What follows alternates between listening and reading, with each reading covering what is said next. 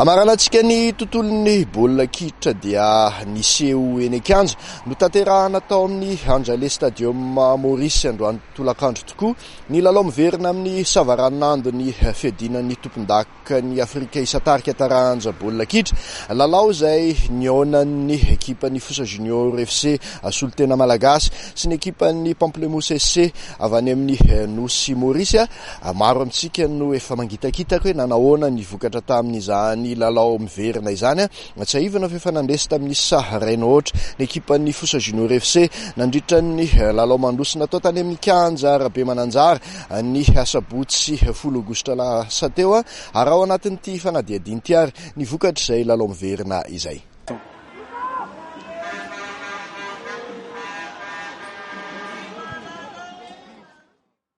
Tafita amin'ny fidinana faharoa ny fidinan'ny tompon-daka ny Afrika Isatarika taranja baolina kitra ny ekipan'ny Fosa Junior FC. Sarakady sahala ranoray tamin'ny ekipan'ny Pamplemousse SC tokoa mantsy ny Solitena Malagasy androany tolakandro atao amin'ny Anjale Stadium Maurice nandritra ny lalao miverina. Nanana tombony ny Fosa Junior FC satria efa nitarika tamin'ny Renault tamin'ny lalao mandroso natao tany amin'ny Kianja Rabe Mananjara Mahajanga ny Sabotsy 10 Aogositra lasa teo. Teo minitra 12 dia nanokatra ny isaka napiditra ny baolina voalohany ho an'ny Mauriciana ilay Malagasy mila ravinahitra amin'ny ekipan'ny Pamplemousse SC Fabry Niraza.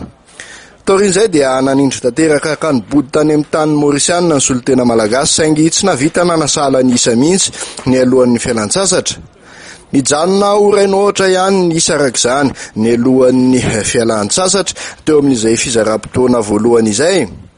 Mbola nanohy nitsindry hatrany ny Fosa Junior FC vao nanomboka amin'ny fizaram-potoana faharoa. Nisy vokan'izany teo amin'ny minitra 29 rehefa natafiditra ny baolina nanasahalana ny isa hisantatra ho an'ny Fosa Junior teo amin'ny minitra 29. Teo amin'ny minitra 7 moa dia mbola napiditra baolina faharoa ibesina saingy nolavy mpitsara izany baolina izany. Marihana fa ny ekipan'ny Tout-Puissant Mazembe avy any RD Congo no ifandona amin'ny Fosa Junior FC eo amin'ny fiodinana faharoa amin'ity fiadinan'ny tompon-dakan'ny Afrika Isatarika taranja baolina kitra ity ny tapatapaky ny volana septambra ho avy izao.